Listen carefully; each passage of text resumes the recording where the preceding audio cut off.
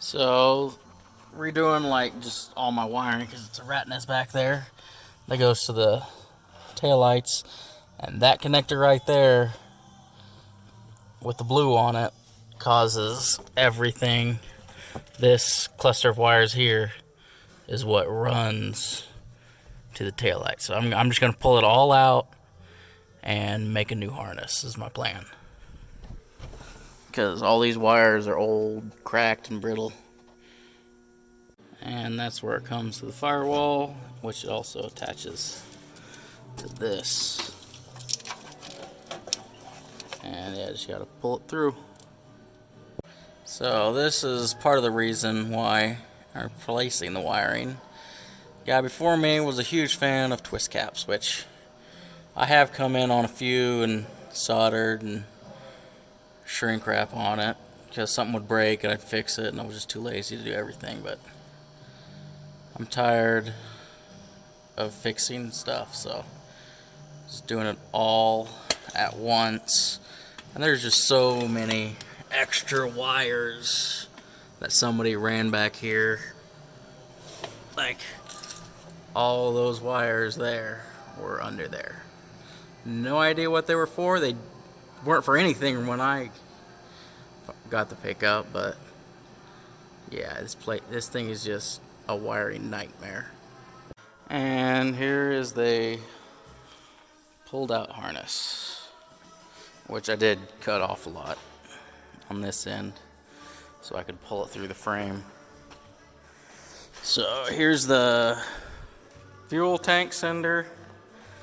This is some of the ABS stuff that I'm gonna leave off because it's stupid.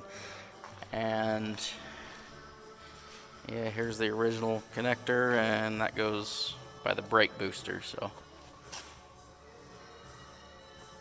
now I just gotta make my new harness look like this, which for my harness I got a just like a 25-foot roll of like trailer harness wire, so it's all in one quote. So the fuel tank connector, I was hoping it would just be a normal like a weather pack deal, but no. Something special that I don't have. So what I think I'm gonna do is just cut the wire short as I can get it, and then solder my new wire onto it and use these original connectors because it's Sunday and I don't even know where I would go to get these. So yeah. So here I got the main connector wired up. Apparently I don't have the right tool to pull these connectors out. I tried the Delphi tools and stuff that I had, no luck. So I just again ended up soldering on. I'm gonna leave it extra long just so eventually I want to get the right connectors and tools and actually do this right and have new wires and new connectors on everything. But for now this will work.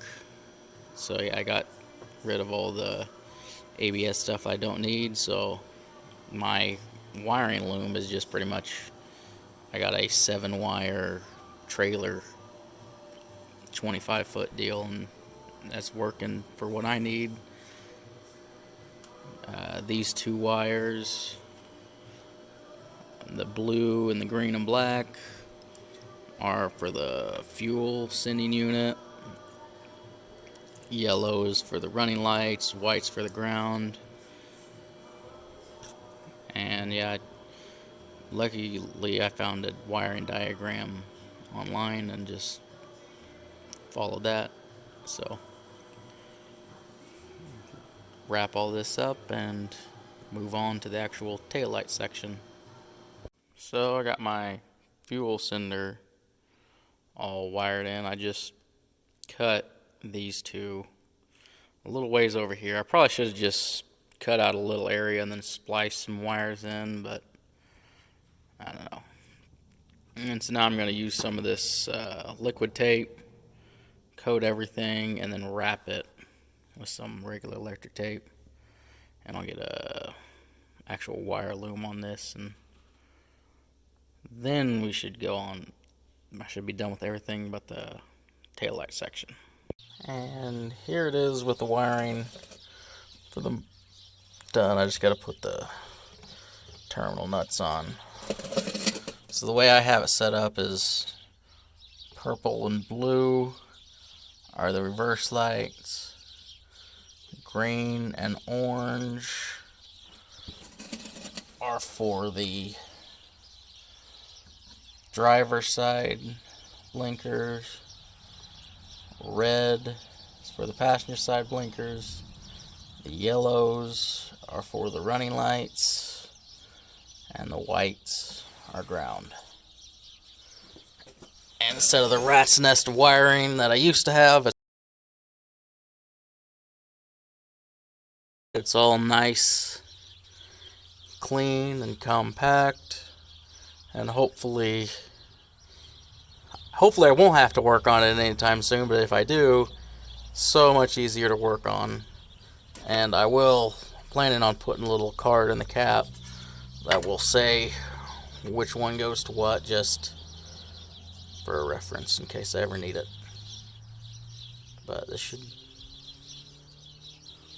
So after I did my wiring harness, got rid of the anti-lock stuff, those lights have been staying on.